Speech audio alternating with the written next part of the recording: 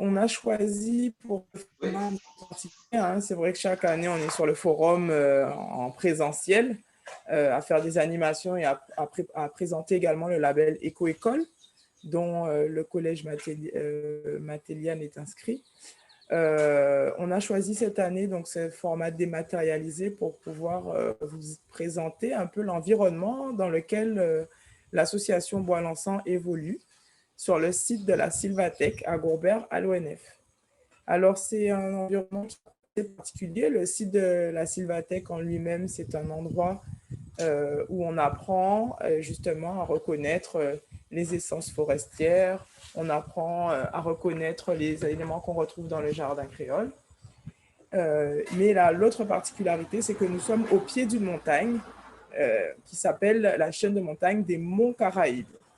Et sur cette chaîne de montagne, eh bien, elle est couverte de forêts.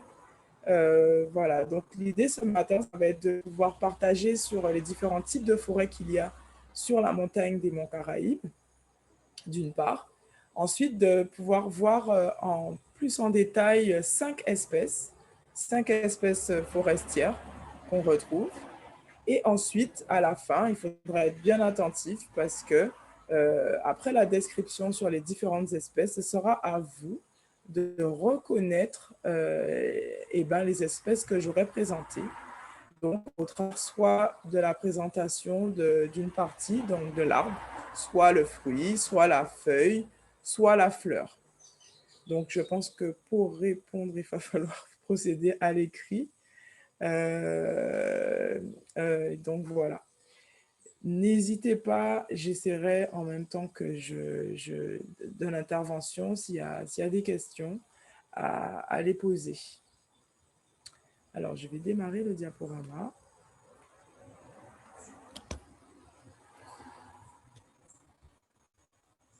Voilà. Alors là, vous avez une petite image de ce à quoi correspond la chaîne des Monts Caraïbes. Donc, c'est une petite image de synthèse. La particularité, c'est que, vous voyez, on voit la mer. Et de la mer, on monte directement à le point culminant, c'est 600 mètres. L'altitude est à 600 mètres. Donc, ça fait que c'est une chaîne de montagne. Donc, pour ceux peut-être qui connaissent un peu Basse-Terre et Gourbert, c'est au pied de Rivière-Sens. Mais c'est une chaîne de montagne qui va également du côté de Vieux-Fort. Et elle touche donc 3 rivières également, donc 3 communes. Et on part donc de la mer pour arriver à 600 mètres d'altitude. Et quand on a cette particularité avec cette montagne qui est justement avec des pentes très, très escarpées, eh ben, la chance, c'est que comme c'est très accidenté, on a eu peu d'impact d'activité humaine, on a eu très peu d'agriculture, encore moins d'habitation, de maisons, et ce qui fait que ce site est vraiment très, très, très bien préservé. Et on y retrouve des espèces de 3 forêts différentes. On y retrouve des espèces qu'on appelle endémiques, c'est-à-dire qu'on ne retrouve qu'en Guadeloupe pour certains animaux comme les chauves-souris ou des oiseaux comme le totobois. On y retrouve également des insectes relativement rares comme le scieur de long, qui est un gros dynaste. Donc voilà. Là, sur la photo, on va partir de la montagne, du sommet de la montagne. Vous imaginez que vous êtes au sommet de la montagne. Et quand on est au sommet à 600 mètres, on a cette forêt qu'on appelle la forêt hygrophile. La forêt hygrophile ou ombrophile. C'est une forêt qui est très, très, très humide. Et elle est organisée, elle est très, très bien rangée. Elle est organisée en strates. On va retrouver les grands arbres. Sous les grands arbres qu'on appelle la strate arborescente. Sous les grands arbres, on va retrouver des arbustes. Et sous ces arbustes, on va retrouver des herbes.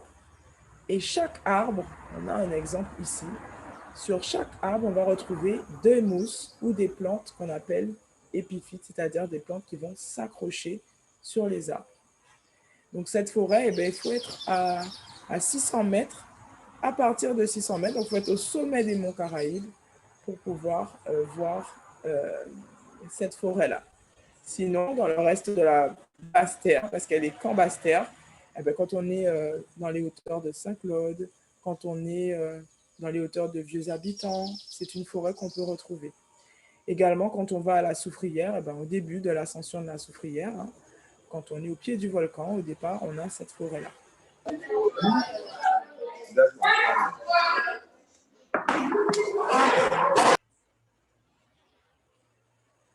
Alors, on a également deux autres types de forêts. La forêt mésophile, là, on n'est pas totalement arrivé sur le littoral, on est entre le littoral et le sommet de la chaîne de montagne. Alors, cette forêt, elle est très particulière aussi, parce qu'elle, elle n'existe quasiment plus en Guadeloupe.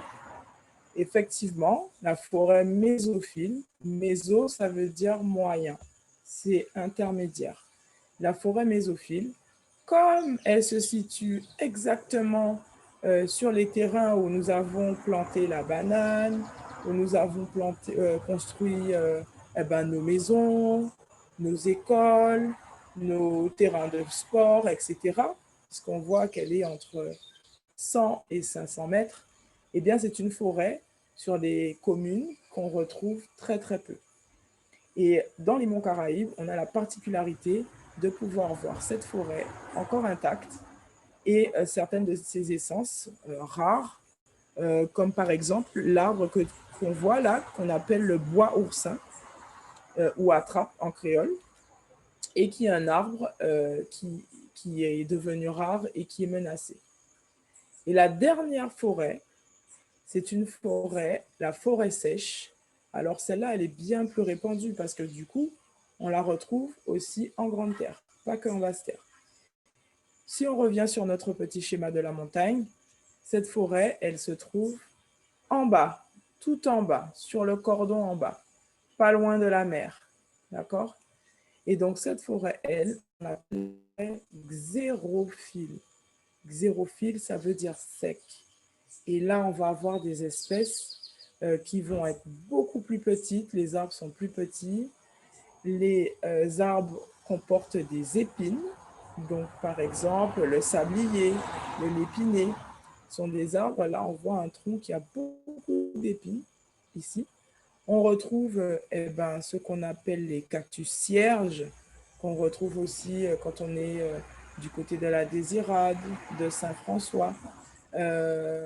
Certaines espèces d'orchidées et le célèbre gommier rouge ici qui a son tronc totalement rouge et qu'on peut également observer dans la forêt sèche. Voilà, donc on a les trois types de forêts que l'on retrouve sur les monts Caraïbes. La forêt hygrophile au sommet, la forêt mésophile, la moitié intermédiaire, donc, et la forêt xérophile, quasiment au niveau du littoral. Alors, avant de continuer, je vous pose une petite question. Est-ce que les enfants, vous connaissez d'autres types de forêts en Guadeloupe? Est-ce que vous connaissez d'autres types de forêts en Guadeloupe? Ah, pour ça, il faut bien comprendre qu'est-ce que c'est qu'une forêt. Alors, si vous pouvez, chers enseignants, inscrire cela dans le petit volet discussion ou activer vos micros. Oui.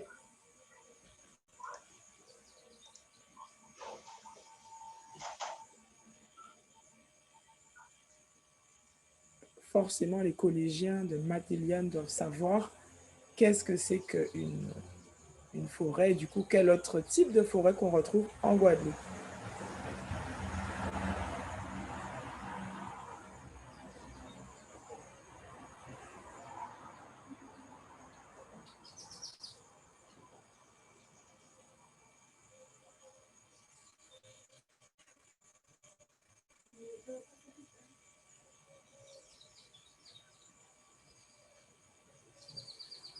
Alors, est-ce qu'on a des réponses?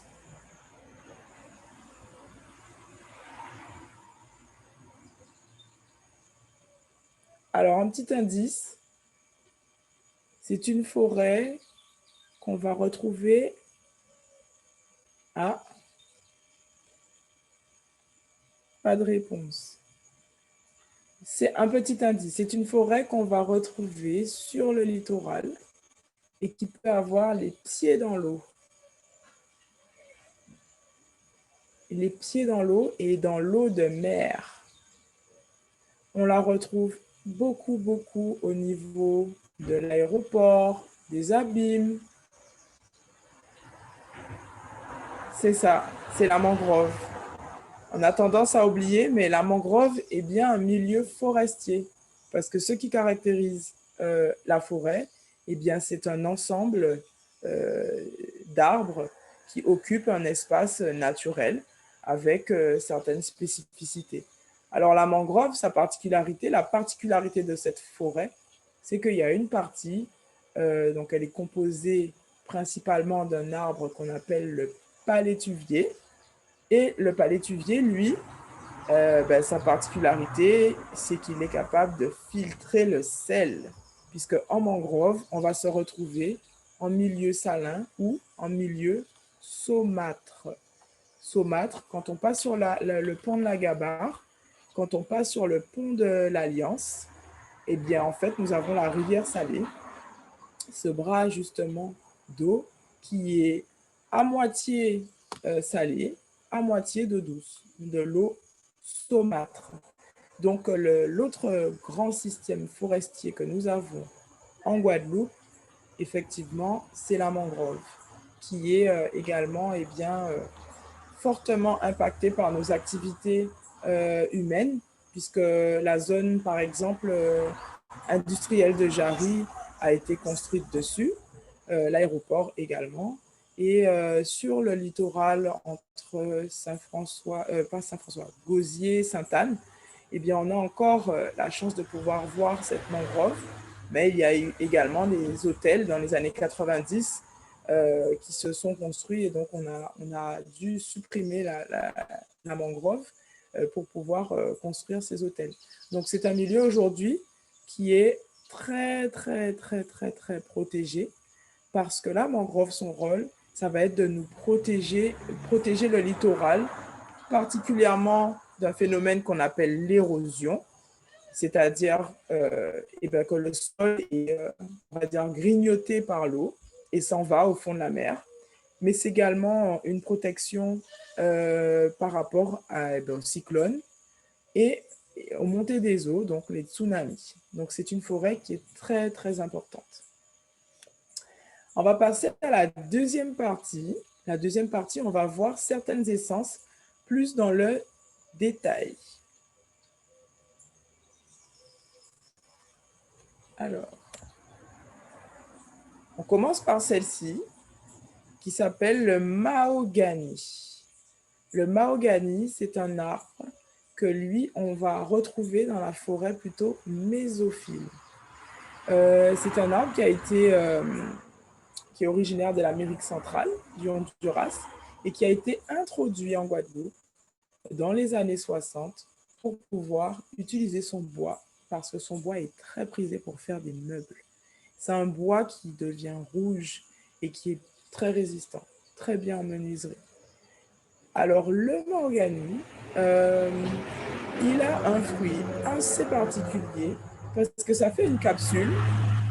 Et dans cette capsule-là, on retrouve une soixantaine de graines qui, comme mode de déplacement, puisque la graine, on rappelle que la graine, c'est le futur arbre.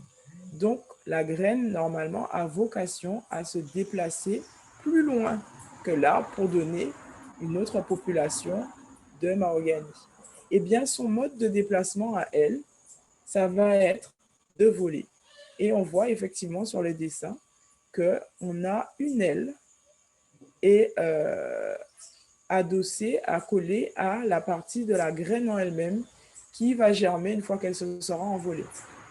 Elle fait un vol en hélicoptère, c'est-à-dire qu'elle va tourner comme l'hélice d'un hélicoptère et tout ça, eh bien, grâce au vent, puisque la capsule se libère dans l'arbre directement. Donc ce matin, j'ai trouvé dans le jardin une petite capsule de mahogany avec ces fameuses graines ailées. Vous avez de la chance. Hein? Donc ça, c'est le mahogany grande feuille. Donc on retient bien la capsule, les graines qui s'envolent comme un hélicoptère, les feuilles, donc elles font des toutes petites fleurs blanches, et surtout son usage est bien très très prisé pour son bois, très utilisé pour son bois. Sachez que Louis XIV même lui-même avait commandé des meubles en mahogany.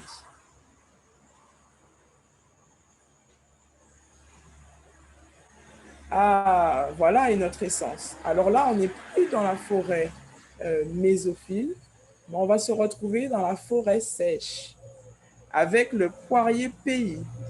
Alors, le poirier pays, attention les enfants, ce ne porte pas de poire. Effectivement, il y a beaucoup d'arbres qui ont, enfin, tous les arbres en Guadeloupe ont été rebaptisés à l'arrivée, au moment de la colonisation, parce que, eh bien, le nom des arbres et le nom des communes et le nom de la Guadeloupe, tout a été refait, reconstruit. À l'origine, c'était les Amérindiens, les premiers à vivre en Guadeloupe, qui avaient baptisé les essences. Alors, on retrouve encore certaines plantes qui portent leur nom d'origine, par exemple le roucou. Je ne sais pas si vous connaissez le roucou qu'on utilise dans le courbouillon de poisson comme condiment, ou qu'on voit utilisé par les groupes à peau pendant le carnaval. Ils s'enduisent la peau d'une espèce d'huile rougeâtre. Eh bien, le roucou a gardé son nom d'origine amérindienne. Alors, les Européens ont rebaptisé le poirier pays parce que son tronc, sa couleur a des similitudes avec le poirier qu'on retrouve en Europe et qui donne les poires. Mais chez nous, nous n'avons pas de poires dans cet arbre. Cet arbre, il fait une fleur qui fait une petite corolle rose, comme ça. À l'intérieur, c'est jaune. Et son fruit ressemble à un haricot vert. Un haricot vert qui va lui aussi, une fois qu'il va être bien mûr, sécher et libérer des milliers de petites graines ailées avec des toutes petites ailes blanches qui vont s'envoler aussi comme des hélicoptères et se poser partout. Ces graines-là, elles sont tellement légères que les graines peuvent germer dans des endroits les plus insolites, sur les toits des maisons, dans les gouttières, entre les interstices des pierres sur les murs, par exemple, ou sur les vestiges. C'est un arbre qui a la capacité de se développer sur des terrains très, très, très, très, très accidentés ou érodés. Et puis, c'est un arbre qui est important pour notre, notre patrimoine maritime, puisque le fameux bateau du pêcheur à Saint-Oise, on le voit en bas, notre canot traditionnel, eh bien là, le squelette du canot est fait à partir du poirier pays. Son bois est aussi utilisé, il est utilisé aussi pour faire des meubles, moins couramment, mais aussi pour faire des meubles. Et c'est un bois qui est très résistant. Il ne pourrit pas, c'est-à-dire qu'on appelle ça un bois imputrescible. Imputrescible, donc il ne pourrit pas, il résiste pas mal aux attaques des termites et il est assez solide pour résister également aux intempéries. Parce que vous savez, quand il y a un cyclone qui passe ou quand il y a des tempêtes, eh bien, dans la forêt, ça fait aussi des dégâts. Lui, il a la capacité, il est assez résistant et de se régénérer facilement. Le poirier pays. On regarde bien sa fleur, on regarde bien ses graines, on regarde bien son utilisation, on regarde bien ses fruits. Et lui, il est de la forêt sèche. On poursuit. Ah, celui-là vous est peut-être un peu familier. Alors celui-là, il est particulier. Comme je vous ai expliqué tout à l'heure, l'idée c'est de vous présenter ce que l'on retrouve dans les monts Caraïbes. Et au début, donc dans la forêt sèche, au pied de la montagne, on retrouve cet arbre. Pourquoi? Parce qu'il témoigne de l'activité humaine qu'il y a eu au pied de la montagne et il a été planté. Et donc, on en retrouve comme ça en forêt. Aujourd'hui, on se dit, mais waouh, il y a des calebassiers comme ça en pleine forêt. Pourquoi est-ce qu'il a été planté? Eh bien, en fait, le calebassier était notre premier allié pour avoir des récipients. Et oui, alors le calebassier, la première utilisation, c'était aussi les Amérindiens pour pouvoir en faire des couis. Alors le couis, c'est une calebasse qu'on va couper en deux et qui nous donne deux récipients pour manger, pour mettre des fruits, pour plein d'usages dans la maison. Il a été, le calebassier, la calebasse a été utilisée aussi pour euh, transporter de l'eau. Alors, notre calebassier, bah, c'est un arbre qui n'est pas très grand, hein. Il est grand comme un goyavier. Il n'a pas vocation à devenir énorme comme par exemple le mahogany qu'on vient de voir ou le poirier ou le manguier peut-être plus communément pour vous. C'est un arbre qui reste de petite taille. Euh, on lui confère également d'autres propriétés. Donc, il est utilisé en usage externe. Donc, la chair de la calebasse, qui est blanche, est utilisée en externe contre les coups de soleil. Et attention, sa pulpe, elle n'est pas comestible. Il faut pouvoir utiliser la calebasse, il faut pouvoir bien la nettoyer, bien la gratter, mais euh, on ne consomme pas la chair. Alors, certains disent que la chair peut être utilisée contre les fourmis maniocs qui font des ravages dans la forêt, mais aussi dans les jardins et les cultures. Ça marche à demi. C'est-à-dire que la fourmi va être peut-être intéressée, consommée, mais ça ne va pas l'éloigner vraiment pour autant. Euh, les calebasses, donc la fleur a aussi une petite corolle de cette façon. Et les calebasses, quand elles ne poussent pas sur les branches, elles poussent directement sur le tronc. Ah ouais, directement sur le tronc. On appelle ça la coliphorie. Et vous avez d'autres espèces qui font ça. Par exemple, le cacaoyer. Les cabosses de cacao vont pousser directement sur l'écorce et non pas au bout des branches. Vous avez un autre fruit qui est soit apprécié, soit pas apprécié et qu'on voit de moins en moins dans les jardins, c'est le corosolier. Le corosolier a la même stratégie. Il se développe directement sur l'écorce. Voilà. Donc, le calebassier, qui est notre troisième plante. Il nous en reste donc deux.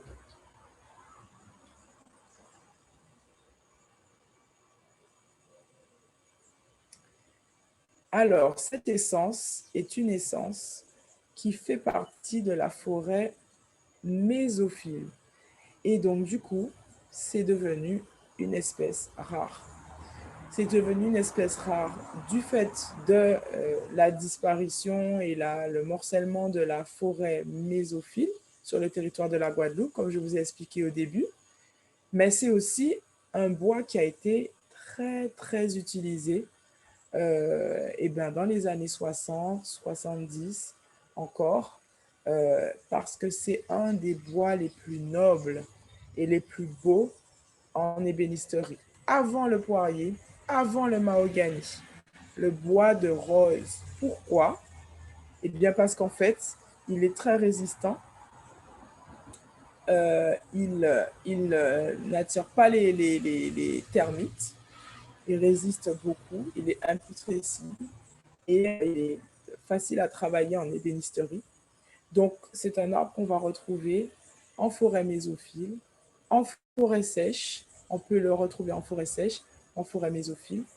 Et son bois est également très, très clair. Pas facile de le reconnaître, il n'a pas de fruits vraiment significatifs et représentatifs comme les fruits qu'on vient de passer. Par contre, son tronc est gris, gris clair. C'est un arbre qui atteint à peu près 20 mètres de haut, donc d'une belle envergure.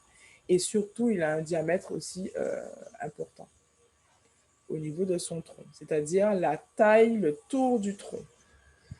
Pour l'utiliser, eh bien, il faut d'abord le faire sécher, c'est-à-dire qu'on va le couper, comme la plupart des essences, mais lui particulièrement, pour qu'il ait vraiment toute sa résistance.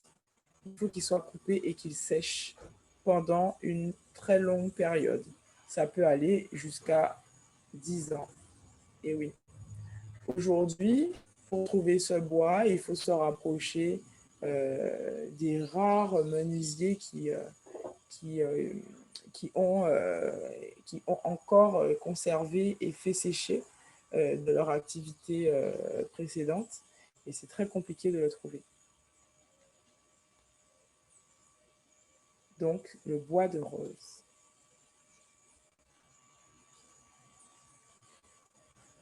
Voilà une essence qui reprend un petit peu ses lettres de noblesse, puisque depuis un certain nombre d'années, il est valorisé pour ses propriétés. Alors, pas le tronc, mais surtout les feuilles. Parce que vous connaissez certainement le bois d'Inde. Et qu'est-ce que vous connaissez qu'on peut faire avec le bois d'Inde? Qu'est-ce que vous avez dans votre entourage comme, comme outil, comme produit à partir du bois d'Inde? Je suis sûre que vos parents, vos grands-parents utilisent le bois d'Inde.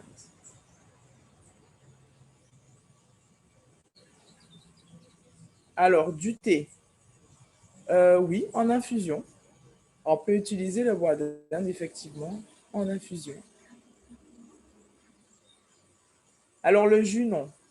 C'est-à-dire qu'en alimentaire, on va utiliser surtout pour pouvoir épicer, assaisonner ces préparations.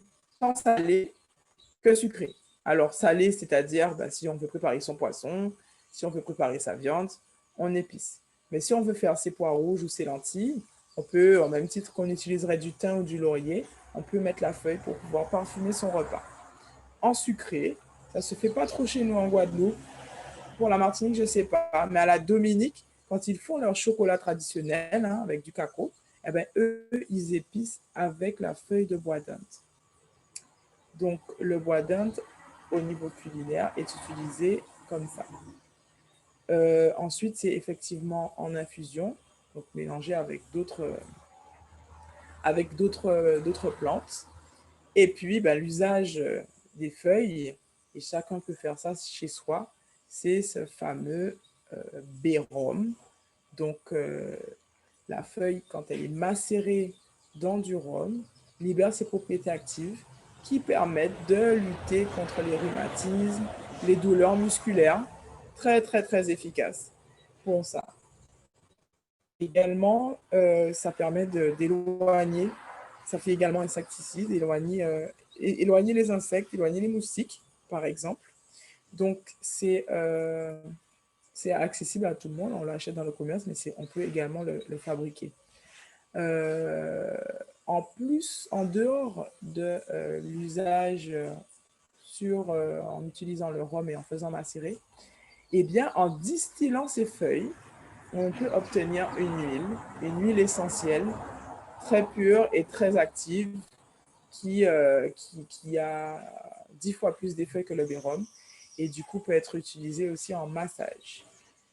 Alors, la petite particularité du bois d'Inde, c'est qu'il existe différentes senteurs. On a une odeur d'anis, une odeur de citronné et une odeur giroflée. Le plus courant que l'on connaît, c'est l'odeur giroflée. Et là, on est triste de devoir faire quelque chose de dématérialisé pour ne pas pouvoir sentir les feuilles. Mais la particularité, c'est qu'il n'y a aucune différence botanique entre l'espèce qui a le parfum giroflé, l'espèce qui a le parfum anisé et l'espèce qui a le parfum citronné. On ne fait pas de différence. Alors, on explique ça certaines fois par la station. Là où il est planté, peut-être qu'il reçoit plus d'ensoleillement, plus d'humidité, ou le type de sol peut influencer sur, on pense que c'est ce qui peut influencer sur justement ces senteurs. Sachant que on les retrouve, on peut retrouver une espèce giroflée et puis 2 mètres, 3 mètres, 6 mètres, 10 mètres plus loin, une espèce anisée. Ça, c'est assez particulier.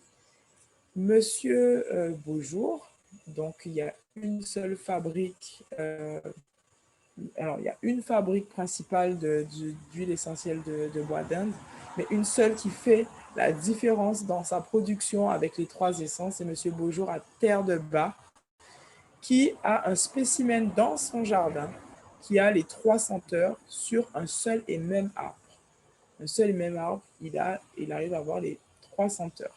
Bon, ce n'est pas lui qui a fait ça, c'est la nature. Donc voilà. Alors le bois d'Inde, on le reconnaît facilement avec son tronc. C'est la même famille que le goyavier. Et donc du coup, son tronc a ces espèces de taches. Il est très lisse et puis ces espèces de taches plus claires. C'est un arbre qui a une croissance extrêmement lente et un bois très très dur, qui a aussi ses propriétés. Donc on le reconnaît facilement directement par rapport à la taille, donc à l'aspect de son tronc et bien entendu, et puis ses feuilles qui sont légèrement recourbées, à ne pas confondre avec le galba. Et dès qu'on les prend, eh bien, en cueillant directement, sans même casser la feuille, on a déjà toute l'essence et l'odeur qui se libère. Voilà pour le bois d'Inde. Alors, est-ce que tout le monde suit? Est-ce qu'il y a des questions avant de passer à la 3e partie? Alors, malheureusement, il est 8h51. Il nous reste quelques minutes pour laisser place à la prochaine visio. Ok. Eh bien, je continue. Hein, je serai dans les temps. Voilà. D'accord. Alors, c'est à vous donc de jouer pour reconnaître les essences que nous venons de voir. Alors, piège, hein, elles peuvent être présentées sous différentes formes.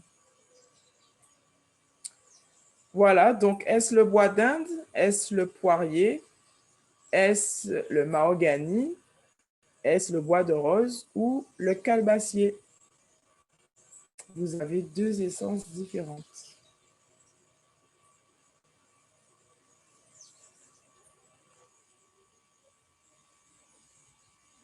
Alors, y a-t-il des réponses?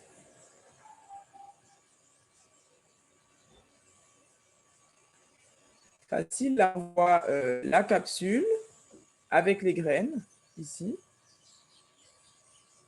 brunes, les graines ailées. Et ici, on voit les feuilles et une fleur, la fleur rose, avec l'intérieur donc jaune, la corolle. Donc, sur la gauche, hop. Sur la gauche, nous avons le mahogany.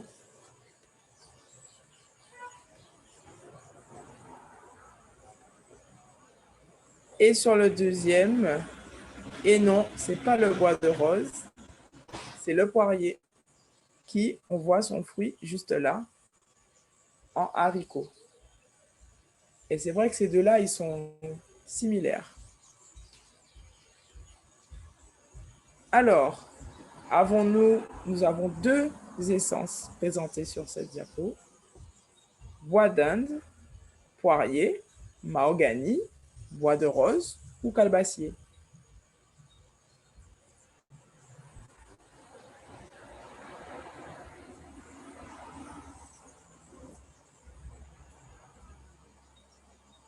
Le deuxième, c'est le plus facile, oui. Le deuxième, eh bien, c'est le calebassier. On voit ces fleurs qui ont été pollinisées et qui sont en train de se transformer en calebasse directement sur le tronc. Et le premier, eh bien, c'est notre ami le bois d'Inde. Et oui, parce que vous savez que il faut savoir que les graines du bois d'Inde sont aussi utilisées pour les mêmes propriétés que les feuilles.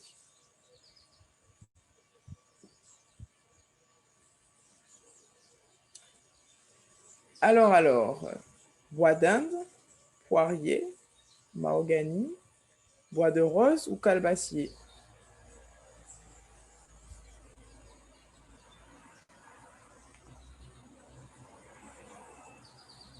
Et je crois que c'est la dernière. Non, c'est l'avant-dernière.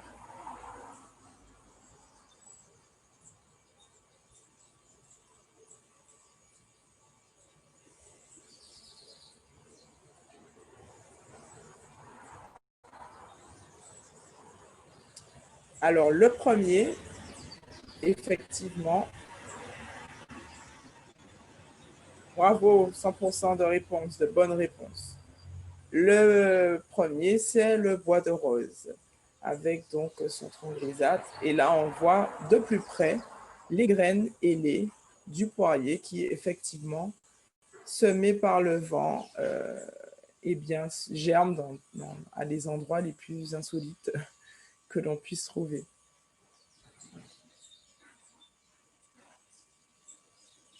Et la dernière, bois d'Inde, poirier, mahogany, bois de rose ou calebassier.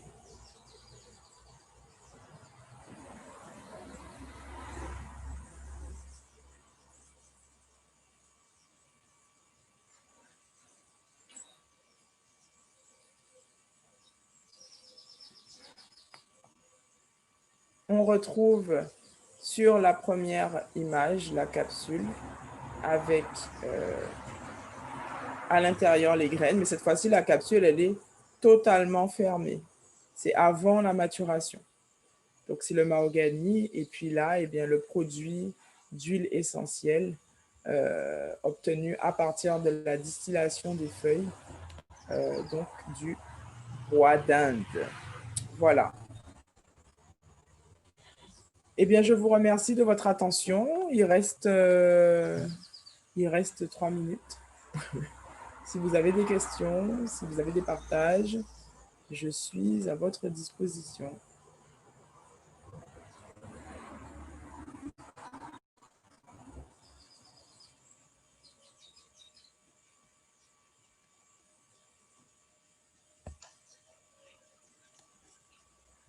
Qu'on faisait, ça te fait beaucoup de Apache.